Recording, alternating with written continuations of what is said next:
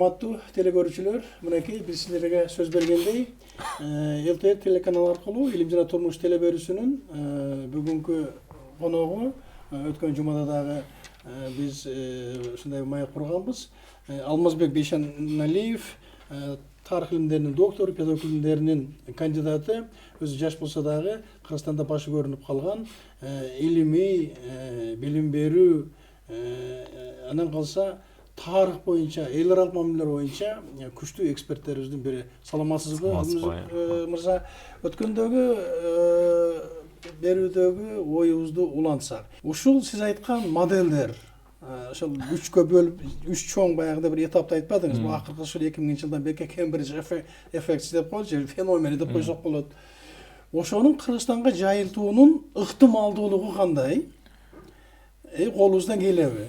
Менимче ушул университеттердин басып өткөн доорлорун эске алуу менен Кыргызстан эмес, бүгүн дүйнөдө 4-нчи этап башталып кетти. Бул 4-нчи индустрияга карата университеттер да өздөрүнүн баягы моделдерин өзгөртүп, бүгүнкү университеттер инновацияны жасалам интеллект боюнча көрүп атабыз. Бир кадам алдыга чыгып, жаңы бир элемент кошушту да өздөрүнүн характерине. Демек, бизде жок дегенде 3-чү модельди бүгүн алып келүүгө Кыргызстанда толук мүмкүнчүлүк бар. Бул үчүн эмне кылыш керек? Биринчиден, бул үчүн университеттерге илим изилдөө компонентин толук киргизиш керек. Эмне эсебинен? Илимдер академиясынын эсебиненби? Бул менин оюмча бул боюнча мамлекетте бир аз колдоо керек, бирок ошол эле учурда университеттер өз алдынча бул тармакка баягы мүмкүнчүлүк тарта алышат. Бизде баягы жазылып калган да, контракттан келген акчаны баягы балдардын билим берүүсүнө гана жумшаш керек деген. Ошол жагы бар биринчиден. Баягы закондо, мыйзамда көрсөтүлгөн кээ бир ченемдерди өзгөртүү киргизүү керек сөзсүз. Муну жүргүзүү менен бирге университеттерде баягы жалаң эле билим берүү, баягы салттуу педагогика менен калыптанып калган жетекчилик эмес, бүгүнкү күнү бизнес менен иштеше ала турган профессионалдар келиш керек. Демек, саясий эрк керек. Саясий эрк керек жана менеджмент керек, мыкты башкаруу керек болуп турат да. Университеттерде бүгүнкү күн жөн эле билим берген студенттер келип кеткен бир борбор катары эмес, ошолор экономикага салым кошо турган, илимий ачылыштарды жасай турган, ошо бизнес менен иштеше ала турган, коомдун заказдарын аткара турган, мындайча айтканда өндүрүш кыла турган көз караштагы мындай жаңы компоненттер кириш керек да. Бул үчүн биздин университеттерде окуучулар бар, мугалимдер бар, чектелүүдө болсо баягы бюджет акчалар айланып атат, имараттар менен камсыз болгон. Бүгүнкү күн ичинде гана кээ бир нерселерди жылыштырып коюу менен бул нерселер толук жасаганга мүмкүнчүлүктөр бар да. Изденген адам табат. Биздин жерде жетекчилерди карап көрсөңүздөр, жасаган эмгектерин баягы ким университетти оңдоп түздөп атат, ким жаңы имараттарды кошуп салып атат, туурабы? Баары эле бирдей шарт менен иштеп атат да. Бул боюнча анан баягы министрлик катары, өкмөт катары колдош керек болгон маселелер, баягы закондук, ченемдик нерселерди өзгөртүп бериш керек. Баягы кээ бир маселелерде эркиндиктерди бериш керек. Мисалы, лицензия боюнча, ошо студенттердин алышы боюнча бир академиялык эркиндик чөйрөсү түзүлсө, бул айткан илим компоненттери, бизнес, өндүрүш компоненттери да келет эле да. Окумуштуу катары сиздин пикириңиз кандай? Биздин ошо билим берүү системасы, айталы башталгыч билим берүүдөн баштап жогорку окуу жайларга чейин, поствузовский эмелер, биздин мыйзамдар кандай? Жаман эмес. Бирок ошону аткаруу жагында, ичин иштеп чыгуу, ичин толтуруу жагы, мазмунун өзөгүн түзүү жагы кыйын болуп турат да. Карап көрсөңүз, мисалы сапатка кайрылсак, 3 жаштан баштап 70 жашка чейин дейли бир циклды билим берүү жана илим министрлиги уюштурат. Бул абдан чоң жоопкерчилик. Бала бакчадан баштап илимдин доктору чыкканга чейин цикл. Өлкөнүн адам ресурсу да, туурабы? Абдан чоң бир эме да, чынжыр баягы. Анан ошону уюштурууда абдан кылдат маселе керек. Анткени баардык маселе бар эле, бар билим берүү ошол адамдардын сапатына барып такалат биздин. Анан карап көрсөңүз, эң кейиштүү болгон ар бир этапта маселе болуп атат. Эң жөнөкөй мисал, бүгүнкү күнү биз 60% балдарыбыз бала бакчага барбайт, анткени бала бакча жетишсиз. Орто мектептерге келип карап көрсөңүз, орто мектептерде берилип жаткан предметтердин саны абдан консервативдүү, 25 түрдүү предмет окутабыз, дүйнөлүк стандартта 14-15, ал жагынан начар. Биз ошончо көп предметти окутуп койсок эле балдар сапаттуу билим алып атабы? Андай эмес. Эң жөнөкөй мисалы мына Пизада 2012 менен 2015-те жыйынтыгыбызды көрдүңүз. Кыргыздар математика, баягы табигый илимдерди жөн эле коелу, кыргыз тилинде жана орус тилиндеги тексттерди окуп, ошолордун ичинен кайра түшүнүгүбүздү айтып, кайра ошол суроолорго жооп берүү боюнча мындайча айтканда өз эне тилибиздеги текстти окуп түшүнүп, жана ошол боюнча жооп бергенде 60 өлкөдөн 60-чы болдук да. Баягы 15 жашар балдар жүргүзүлгөн эме? 9-класстарга жүргүзүлөт да бул PISA чейин. Көрүп атасызбы? Биз өзүбүздүн тилибиздеги китеп материалдарды окуп түшүнбөйбүз орто мектепте. Демек, китептер да бир талаада, балдардын ою да бир талаада болуп атат да. Ошон үчүн биз бул жагынан дагы абдан сорттошубуз керек болот да. Анан кесипчилик окуу жайларга келгенде, башталгыч кесипчилик эми Кудай өзү сактасын. 98 кесипчилик окуу жайыбыз бар. Бизде Кыргызстанда көрсөтүлгөн нормада 400 түрдүү кесип керек. Кыргызстандын экономикасына. Кесиптик лицейлер деп атап койду. Биздин кесипчилик, башталгыч кесипчилик окуу жайларда окутуп аткан баягы бөлүмдөрдүн саны 152. Бизде 250 кесиптин тармагы эч кандай окуусу жок, билими жок эле иштеп жатат деген сөз да. Көрүп атасызбы? Бизде чоң көйгөй жатат бул жагынан. Бирок аны бюджет менен колдоп атабыз. Колдоп атабыз. Колдогондо да кандай болот? Тамак аш берип атабыз. Ал кесипчилик окуу жайлардан баягы мыкты болгон кээ бир саналуу шаарларда жакшылары бар. Чын абдан жана тигүүчүлүк жаатында же баягы радиотехника ушул жагынан жакшы лицейлерибиз бар. Бирок жалпыдан айылдарга барып көрсөңүз, бул кесипчилик окуу жайлар жел козу сыяктуу да, баягы Союздун убагындагыдай жок окуучун эле бар деп көрсөтүп эле, айлык алып эле, баягы сабак болбой эле, бүгүнкү күнү фактически сабак болбогон кесипчилик окуу жайлар бар. Бирок ошолор сиз айткандай колдоп, ошо балдарга стипендия берилип окутуп атабыз. Акчанын бир чоң бөлүгү ошол жака кетет. Экинчи маселе, орто кесипчилик окуу жайлар боюнча карап көрсөңүз, бул жагыдагы саясаттын туура эмес жүргүзүлгөндүгү, баягы ортуну коюп койдук, жалпы республикалык тестти. Бирок ага киргизбеш үчүн бир буйтама жол болду да. 90 000 бала ал жерде окутуп атат. Неге ал жерде көп десеңиз, эң жөнөкөй мисалы 2 жыл окуп ал жерден түз университетке кирүү мүмкүнчүлүгү бар да. Демек, эмне болуп атат? Ал жерлерде мынакей сан абдан өсүп атат. Ал жерде ОРТ иштебейт, иштебейт. Анан карап көрсөңүз эле мына жогорку республикалык тест менен анан кирип 165 000 бүгүнкү күнү бизде университетте балдар окуп атат. Алардын сапатына жана жогоруда токтолдум. Биринчиден академиялык эркиндик жок. Университеттерде тандоо сабагы да жөн эле формалдуу түрдө сабактардын атын жазып коебуз. Бирок тандоо эмес, бир эле мугалим, бир эле лекцияны коелу, ушул тандоо сабагы деп коебуз да. Тандоо дегенде 4 түрдүү мугалимди коюп, 4 башка тематиканы коюп туруп айтасың да, каалаганыңды тандап ал деп. Бизде андай тандоо жок. Ал болбогон үчүн жанагындай салыштыруу да мүмкүн болбой туруп атат. Алмазбек, мынакей менин колумда Кен Робинсондун Креативдүү мектептер деген ушундай китептерди чыгара башташты. Bundan başka da qanday kitapları sunуш кылат элеңиз мугалимдерге, ошол билим берүү системасы? Негизи билим берүү системасы боюнча бизде мугалимдерди кошумча маалыматка биз мамлекет катары аларга кошумча булактар менен камсыз кылышыбыз керек эле да. Милдеттүүбүз дейли. Анткени бизде бул сиз айтып аткан нерсе бул кошумча мугалимдердин өзүн өзү баягы өркүндөтүш үчүн болгон гана адабий булактар. Бирок биз бул китептерди кое туруп өзүбүз окутуп жаткан китептерге кайрылсак, окуу китебине бул кошумчаны кое туралы, окуу китеби. Биз бир түрдүү гана китепти мен мону оку деп башка вариант жок. Беребиз, башка вариант жок. Анан аны алып туруп могул натыйжага жет дейбиз да. Балким ал натыйжага жетиш үчүн ал материал жетишсиз. Аны ойлонбойбуз.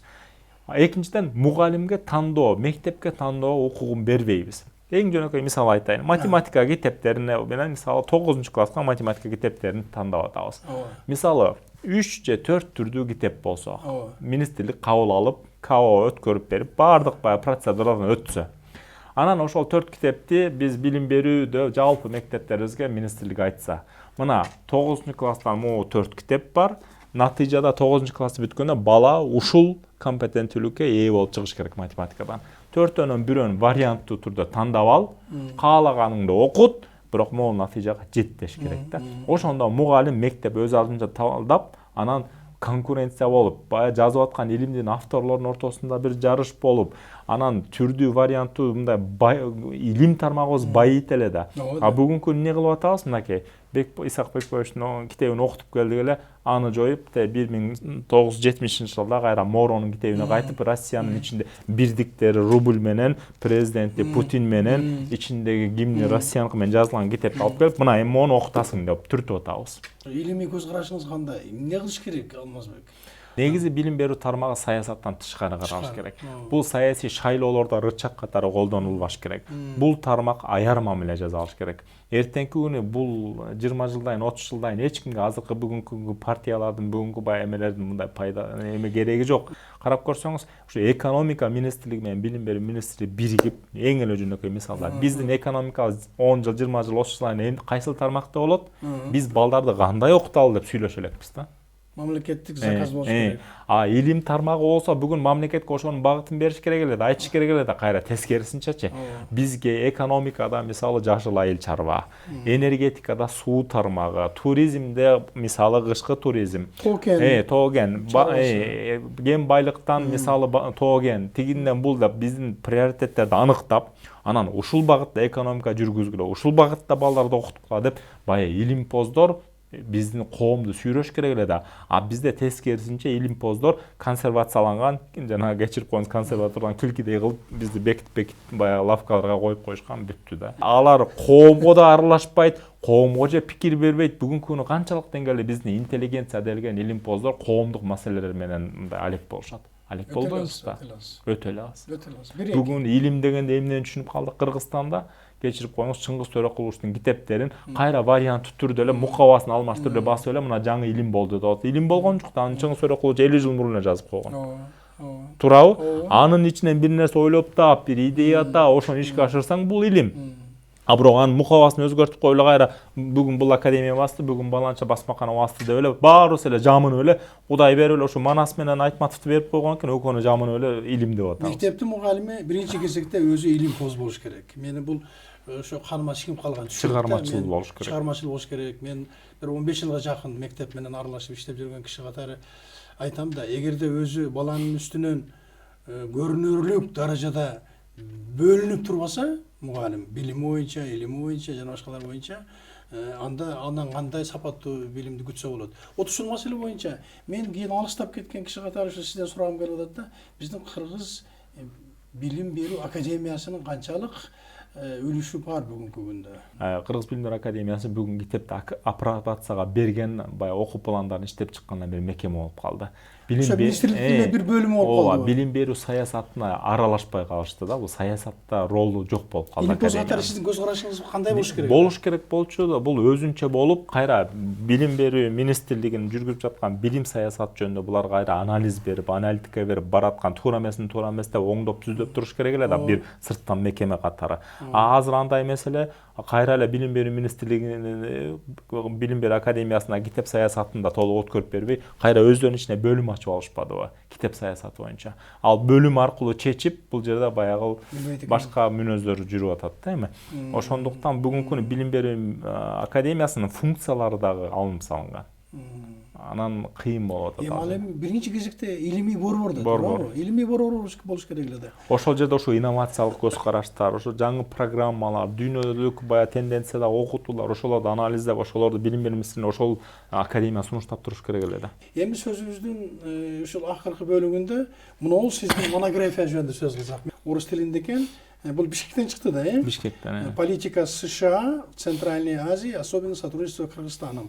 Бул монографияны жазыштын кандай мындай бир зарылчылыгы болду, анан мүмкүнчүлүктөр кандай болду? Бул жогоруда белгиледим. Менин докторлук темам ушул темада болду. Баягы Америка Кошмо Штаттарынын борбордук Азия тышкы саясатындагы орду. Бүгүнкү күнү карап көрсөңүз, баягы тарыхта эң маанилүү маселе эмне болуп жатат? Баягы мамиле маселеси, туурабы? Ким менен катташат, ошого жараша өнүгүп же өсөсүң дегендей болуп жатат да.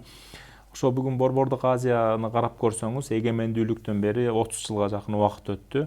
Бирок ошол учурда баягы ушул мамлекеттер өздөрүнүн багыттарын толук аныктай элек. Анткени тарыхта мамлекеттер үчүн бул 30 жыл өтө чоң мөөнөт эмес. Баягы ошол учурда баягы бул мамлекеттер калыптан тышкы саясатын белгилеп атканда дүйнөдө дүйнөлүк күчтөр жана регионалдык күчтөр деген түшүнүктөр бар, билесиз, тарых саясатта.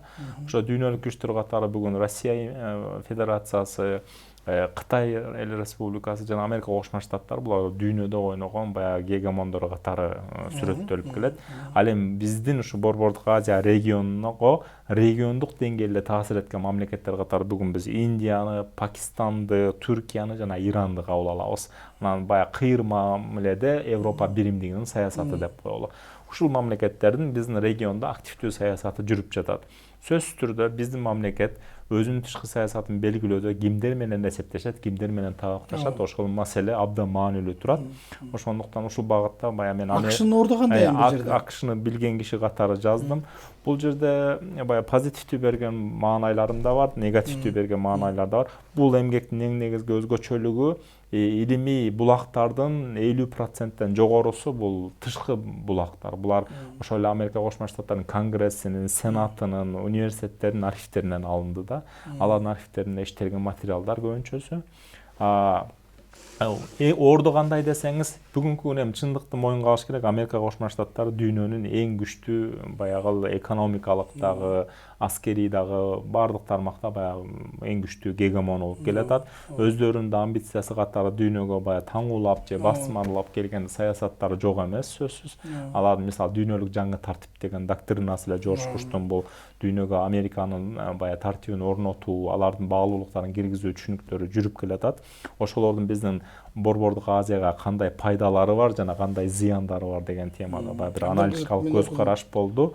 Анан бирок биз мындай чоң мамлекеттер менен эсептешпей койбошубуз керек. Анткени бир тараптуу болуп алсак, бул бизди баягы таразада уттуруп коюшу мүмкүн. Баары менен тең салмакта, бирдей мамиледе болгонго аракет жасасак, баягы бул дипломатиялык жактан да туура болот го деген ой. Менимче жаш окумуштууларга жалпы эле биздин Тышкы иштер министрлигине көп мындай пайда тие турган ушундай бир жакшынакай илимий монография болуптур. Эми сөздүн аягында Алмазбек мырза өзүңүздүн илимий келечегиңизди кандай элестетесиз? Биздин жаш илим ишкозлоруна кандай кеңештерди берет элеңиз? Мен өзүмдүн иш мезгилимди жана Борбордук Азия регионалдык институтунун тегерегинде жүргүзүп жатам. Өзүмдү келечекте буюрса ошо Борбордук Азиянын тышкы саясаты боюнча, тарыхы боюнча бир жакшы бир эксперт болсом деген бир ниетим, тилегим бар. Ошол боюнча азыр илимий иштеримди жазып жатам. Жаштарды тартып атасызбы? Жаштарды ошо институттун тегерегинде жаңы кичинекей программаларды негиздеп, жана жаш илимпоздор клубу тигиндемдерди негиздеп жаңы баштадык программаларды. Ошондой клубуңуздар бар. Жаңы кантип макала жазганды үйрөнүш керек, кантип аналитика жүргүзүш керек, кантип материал чогултат, бүт баарын үйрөткөн бир өзүнчө бир школа негиздеп атам. Ошо педагогика жана тарых багытында эки тармакты айкалыштырып, ошо эки багытта эксперт болуп өзүмдүн тармагымда эмгектенсем деген ниеттерим бар. Жакында эле бир илимий симпозиумга катышып келдиңиз окшойт Англияда, Королеванын чакыруусу менен чоң дүйнөдө 16 жылдан бери өтүп өткөн бүт билим берүүнүн саммити форуму Англияда өткөн 16 жылдан бери. Министрлердин бул 90 мамлекеттин министри барат экен. Анан былтыр мени чакыртышкан экен, бардым. Биздин министр бардыбы? Жок, барган жок. Абдан чоң деңгээлде өттү. Бирок барган кошуна мамлекеттин министрлеринин баары англис тилинде доклад окуду. Биздин ошо өзбек кошуналар, казак кошуналар, Азербайжан министрлер, Азербайжан, Армения, Украинанын министри, Россиянын зам министри сүйлөдү. Баары англис тилинде доклад жасап, кадимгидей абдан чоң диалог площадка болду. Азыр бул тил абдан англис тилинде баарлашуу салт болуп. Коммуникациядан булам азыр эң керек. Ошондуктан биз дагы дүйнөлүк талаптарга жооп беришибиз керек. Урматтуу телекөрүүчүлөр, мынакей биз бүгүн сиздер менен профессор Алмазбек Бейшеналиев агайдын маегин тартуу кылдык. Сизге дагы ЛТР каналына чоң ыраазычылык билдирем, чоң рахмат. Урматтуу телекөрүүчүлөр, ушуну менен биз ЛТР телеканалы аркылуу илим жана турмуш телебөрүүсүнүн кезектеги санын сиздерге тартууладык. Эфирден жолукканча саламатта болуңуздар.